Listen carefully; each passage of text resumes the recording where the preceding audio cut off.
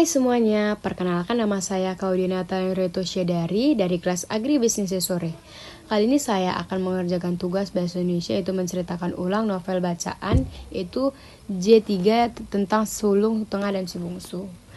Pada kali ini, sebelum saya melanjutkan ceritanya, saya akan meringkas singkatan bagian awal kemarin. Sebelum masuk ke bagian lanjutan, saya mau ingetin sedikit cerita di awalnya, yang dimana di awal cerita itu kita diperkenalkan oleh Juwita yang punya rasa percaya dirinya itu rendah.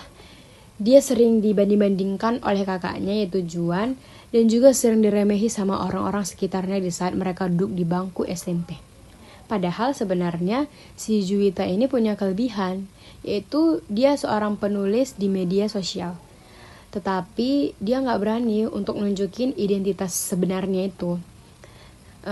Selanjutnya di bagian awal juga mulai muncul hubungan dia dengan Aksa, walaupun mereka masih canggung antara keduanya.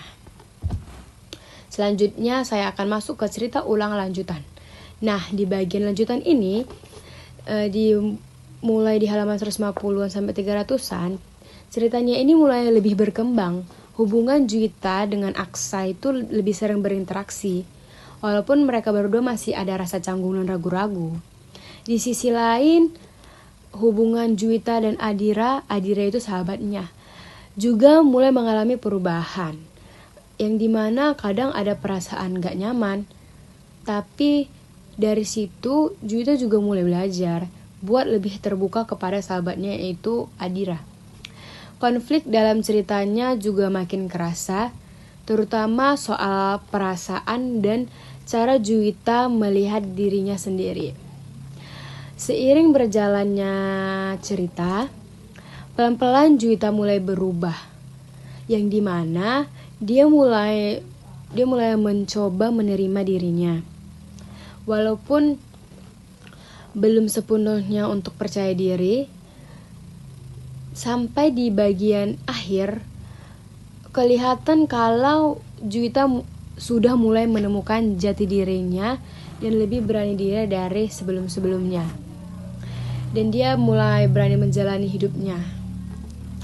Selanjutnya bagian paling berkesan yang menurut saya, yang paling berkesan itu buat saya saat Juwita mulai menghadapi konflik dalam dirinya.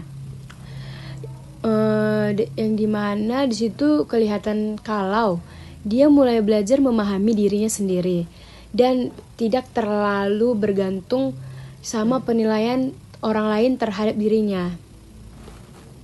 Menurut saya itu bagian yang paling penting, karena di situ terlihat perubahan karakter Juwita yang dulunya tidak percaya diri sampai dia di titik yang tidak penting kali itu omongan orang. Yang selanjutnya ada pesan dan pembelajaran.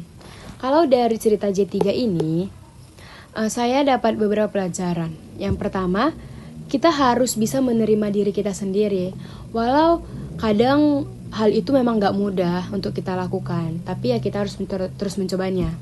Yang kedua itu, sebenarnya setiap orang punya kelebihan masing-masing, tetapi terkadang kita sendiri yang gak sadar akan hal kelebihan kita itu, dan makanya kita harus mengasahnya. Dan yang ketiga, yaitu lingkungan itu berpengaruh sekali terhadap cara kita melihat diri kita sendiri.